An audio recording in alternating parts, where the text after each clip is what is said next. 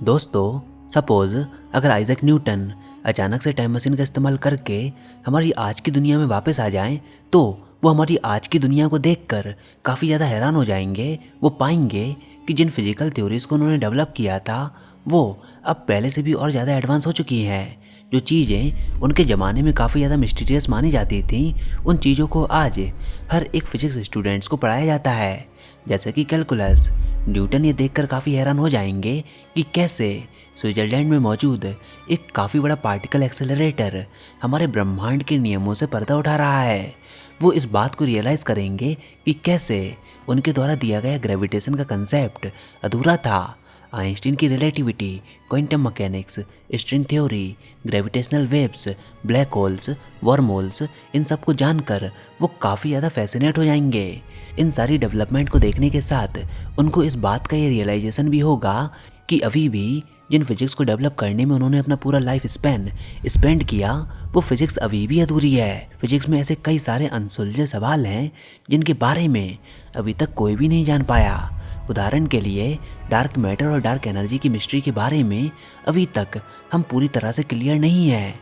इसी के साथ ही साथ फिजिक्स में ऐसे ही कई सारे सवाल हैं जिनके जवाब हमारे पास नहीं है।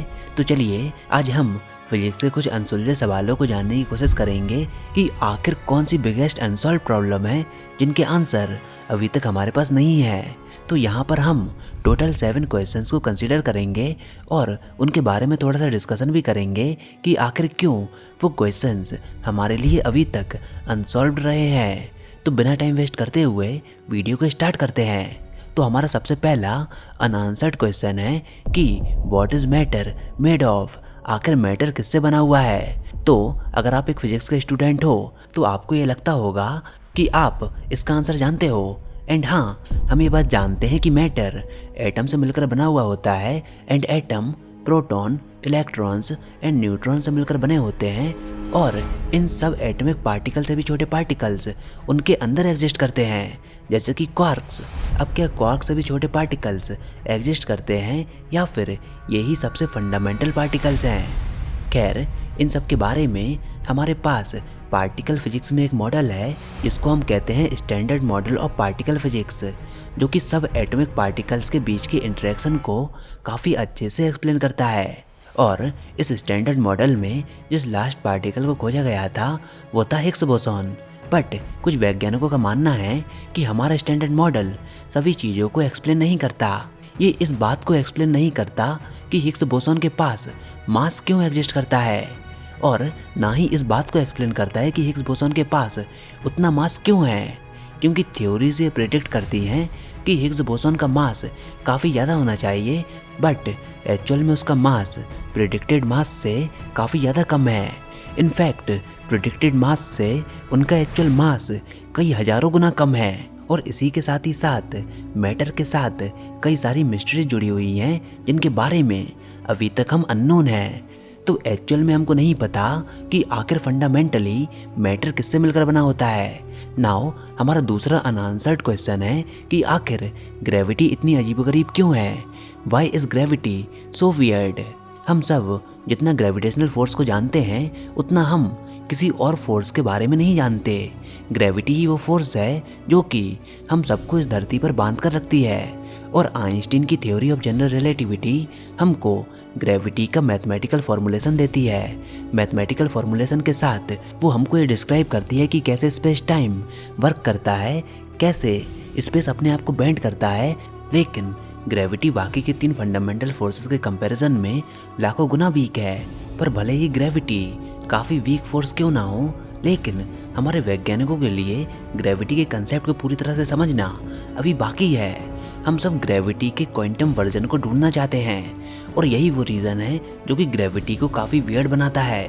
साथ ही साथ ग्रेविटी बाकी के फोर्सेस के कंपैरिजन में वीक क्यों है, इस सवाल को जानने का भी होप हमारे मन में बना हुआ है। ऐसा हो सकता है कि यहाँ पर यूनिवर्स में कुछ एक्स्ट्रा डायमेंशंस मौजूद हों जिनके द्वारा ग्रेविटी हमारे 3 डायमेंशनल स्पेस से कोई एक्स्ट्रा डायमेंशनल स्पेस पर लीक कर रही हो, जिसके कारण हमको ग्रेविटी एक काफ़ी वीक फोर्स के फॉर्म में नज़र आ रही हो। पर क्या सच में ग्रेविटी 3 डायमेंशन से इनविजिबल एक्स्ट्रा डायमेंशन में जा रही है? इसका जवाब हमारे पास नहीं है। इसी के साथ ही साथ एल्बर्ट आइंस्टीन ने भी ग्रेविटी के कंसेप्ट को काफ़ी अच्छे से डिफाइन किया। अगर आप एल्बर्ट आइंस्टीन, उनके वर्क, उनकी लाइफ के बारे में पूरा डिटेल में जानना चाहते हो तो आज ही कुकू एफएम की audio book the Albert Einstein को ज़रूर सुने। अगर आप नहीं जानते कि कुकू एफएम क्या है तो कुकू एफएम इंडिया का लीडिंग ऑडियो बुक प्लेटफॉर्म है जहां पर 1000 आवर से भी ज़्यादा का ऑडियो कंटेंट अवेलेबल है and made in India app होने के कारण ज़्यादातर कंटेंट सभी रीजनल लैंग्वेज में अवेलेबल है। और अगर आप हमारा कूपन कोड SCM50 यूज़ करते हो तो आपको इंस्टेंट 50% का डिस्काउंट मिल जाएगा एंड आपको इसका अमेजिंग सब्सक्रिप्शन केवल 199 रुपीज़ के अमेजिंग प्राइस में मिल जाएगा। सो या डिस्क्रिप्शन में दिए गए लिंक से आज ही कुकू एफएम को डाउनलोड करें। नाउ अब हमारा अगला सवाल है कि आखिर समय केवल एक ही डायरेक्शन में क्यों फ्लो करता है। दरअसल आइंस्टीन ने हमको स्पेस टाइम के कंसेप्ट के बारे में बताया। उन्होंने बताया कि स्पेस और टाइम मिलकर एक 4 डायमेंशनल स्ट्रक्चर को बनाते हैं जिसको हम कहते हैं स्पेस टाइम। लेकिन स्पेस टाइम से थोड़ा डिफरेंट है क्योंकि स्पेस में हमको ये अलाउ होता है कि जिस डायरेक्शन में आप जाना चाहते हो उस डायरेक्शन में आप जा सकते हो। लेकिन जब बात टाइम की आती है तो हमको यहाँ पर कुछ लिमिटेशंस का सामना करना होता है। हमको यहाँ पर कुछ रूल्स को फॉलो करना होता है कि हम हमेशा फ्यूचर की डायरेक्शन में ही टाइम के साथ फ्लो कर सकते हैं। हम हमेशा बूढ़े होते हैं ना कि हम समय के साथ जवान होते हैं। हम हमेशा फ्यूचर की तरफ जाते हैं ना कि पास्ट की तरफ। हम पास्ट को केवल याद कर सकते हैं, प्रेजेंट में हम जी सकते हैं और फ्यूचर को हम डिफाइन नहीं कर सकते। तो टाइम हमेशा एक पर्टिकुलर डायरेक्शन में जाता है जो कि है पास्ट से प्रेजेंट एंड प्रेजेंट से फ्यूचर। और टाइम की इस डायरेक्शन को हम कहते हैं एरो ऑफ टाइम। फिलहाल एरो ऑफ टाइम के बारे में मैं ऑलरेडी अपनी पुरानी वीडियो में बता चुका हूँ। तो अगर आप एरो ऑफ टाइम के बारे में पूरा और डिटेल में जानना चाहते हो तो डेफिनेटली उस वीडियो को चेकआउट जरूर कीजिएगा क्योंकि कहीं ना कहीं हमारे पास इस सवाल का जवाब नहीं है कि समय केवल एक सिंगल डायरेक्शन में क्यों फ्लो करता है। हमारे पास इस सवाल का कोई भी परफेक्ट आंसर नहीं है। कुछ लोग ये मानते हैं कि एंट्रोपी इसका आंसर हो सकता है। थर्मोडायनेमिक्स में हमको एंट्रोपी और रैंडमनेस का काफ़ी अच्छा आइडिया देखने को मिलता है, बट एक्चुअल में समय केवल एक ही सिंगल डायरेक्शन में क्यों फ्लो करता है इसका जवाब हमारे पास नहीं है। और इस पूरे सवाल पर मैं डेफिनेटली एक सेपरेट वीडियो जरूर बनाऊंगा। नाउ अब हमारा अगला सवाल है कि आखिर सारा एंटीमैटर कहाँ पर गया। Where did all the antimatter go. जितना ज़्यादा एंटीमैटर का कंसेप्ट साइंस फिक्शनल मूवीज़ में फेमस है उतना फेमस तो वो हमारी रियल लाइफ में भी नहीं है। दरअसल मूवीज़ में एंटीमैटर एक फ्यूल की तरह इस्तेमाल किया जाता है जिसमें एंटीमैटर की रिएक्शन ऑर्डिनरी मैटर के साथ कराई जाती है जिससे हमको काफ़ी ज़्यादा पावर मिलती है और इस पावर का इस्तेमाल करके हम हाई वेलोसिटीज़ को अचीव कर पाते हैं जैसे कि faster than speed of light, warp drive. इन सब का जो फ्यूल है वो है एंटीमैटर। पर भले ही वार्प ड्राइव का कंसेप्ट फिक्शनल हो लेकिन एंटीमैटर तो रियल होता है। हम जानते हैं कि ऑर्डिनरी मैटर के हर एक पार्टिकल के साथ यहाँ पर ऐसे आइडेंटिकल पार्टिकल्स की भी पॉसिबिलिटी हो सकती है जिनका इलेक्ट्रिकल चार्ज अपोजिट हो। जैसे कि प्रोटॉन का अपोजिट होगा एंटी प्रोटॉन जिसके पास नेगेटिव चार्ज होगा। इलेक्ट्रॉन का अपोजिट पार्टिकल होगा एंटी इलेक्ट्रॉन जिसको हम कहते हैं पॉजिट्रॉन। और सबसे अमेजिंग बात हमारे वैज्ञानिकों ने एंटीमैटर को अपनी लेबोरेटरी में भी बना लिया है।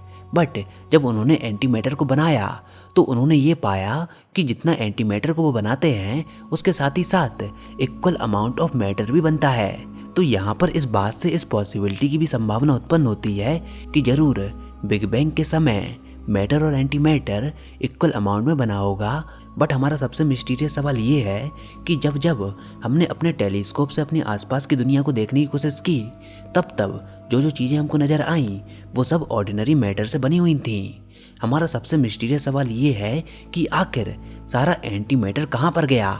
इस ब्रह्मांड में मैटर का अमाउंट एंटीमैटर के अमाउंट से क्यों ज़्यादा है। आखिर यहाँ पर सारा एंटीमैटर कहाँ पर चला गया। इसका पॉसिबल रीज़न कुछ वैज्ञानिक ये मानते हैं कि बिग बैंग के समय मैटर का अमाउंट एंटीमैटर के अमाउंट से थोड़ा ज़्यादा था और एंटीमैटर का पूरा अमाउंट मैटर के अमाउंट से कंबाइन होकर एनिहिलेट हो गया जिससे एनर्जी प्रोड्यूस हुई और जो मैटर का एक्स्ट्रा अमाउंट अवेलेबल था उस बचे हुए मैटर ने इस यूनिवर्स के सारे ऑर्डिनरी मैटर को फॉर्म किया। पर इसका एग्जैक्ट आंसर कि सारा एंटीमैटर कहाँ पर गया हमको इसका जवाब नहीं पता। नाउ अब हमारा अगला क्वेश्चन है कि सॉलिड और लिक्विड के बीच में जो ग्रे जोन होता है उसमें क्या होता है। देखिए, सॉलिड और लिक्विड को हम काफ़ी अच्छे से समझते हैं, लेकिन कुछ मटेरियल ऐसे भी होते हैं जो कि लिक्विड और सॉलिड दोनों की तरह बिहेव करते हैं, और इनकी डुअल प्रॉपर्टीज़ की वजह से इनके बिहेवियर को प्रिडिक्ट करना थोड़ा सा डिफ़िकल्ट होता है। इसका एग्जाम्पल आप एक सैंड ग्रेन को देखिए, एक रेत के जर्रे को देखिए। वो सैंड ग्रेन एक पत्थर की तरह सॉलिड होता है, बट जब कई सारे हजारों सैंड ग्रेन मिल जाते हैं तो वो एक लिक्विड की तरह बिहेव करने लगते हैं। वो लिक्विड की तरह फ्लो करने लगते हैं जैसे कि वाटर फ्लो करता है। हाईवे का ट्रैफिक भी इसका एक एग्जाम्पल है। हाईवे का ट्रैफिक भी बिल्कुल सिमिलर प्रॉपर्टी शो करता है। तो आखिर सॉलिड और लिक्विड के बीच में ये जो ग्रे जोन है उसके अंदर क्या होता है, हमारे लिए इस ग्रे जोन को समझना इसलिए इम्पोर्टेंट है क्योंकि इसके कई सारे प्रैक्टिकल एप्लीकेशंस हैं।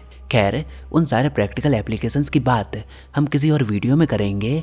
नाउ अब हमारा अगला सवाल है कि क्या कभी हम फिजिक्स में यूनिफाइड थ्योरी को फाइंड कर पाएंगे।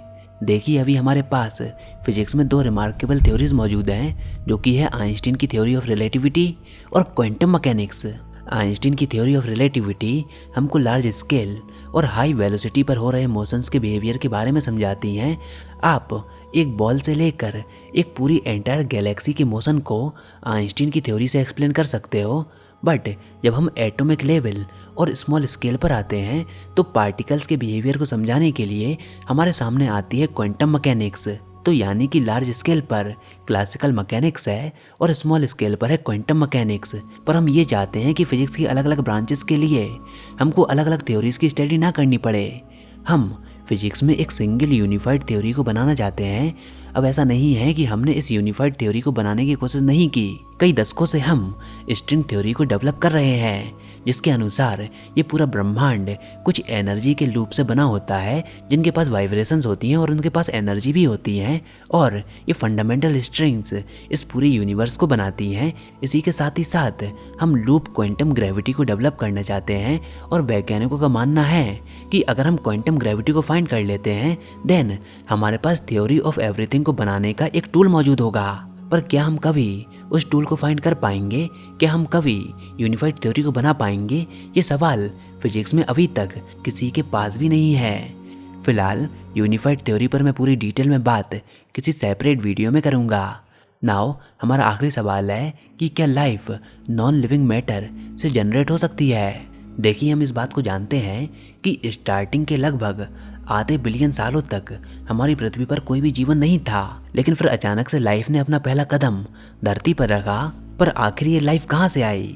बायोलॉजिकल एवोल्यूशन के शुरू होने से पहले वैज्ञानिक ये मानते हैं कि यहाँ पर केमिकल एवोल्यूशन हुआ था, जहाँ पर सिंपल इनऑर्गेनिक मॉलिक्यूल आपस में रिएक्ट करके एक काफ़ी कॉम्प्लेक्स ऑर्गेनिक मॉलिक्यूल में बदल गए।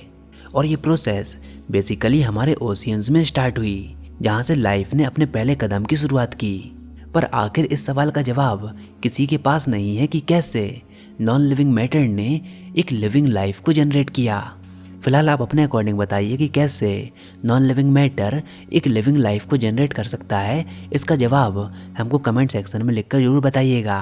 तो फिलहाल ये थे फिजिक्स के 7 अनसॉल्व्ड क्वेश्चंस, जिनके जवाब हमारे पास नहीं हैं। ऑफ कोर्स यहाँ पर और भी कई सारे क्वेश्चंस हैं, लेकिन हमने इस वीडियो में केवल 7 क्वेश्चंस की ही बात की। तो फिलहाल आप बताइए ये वीडियो आपको कैसी लगी।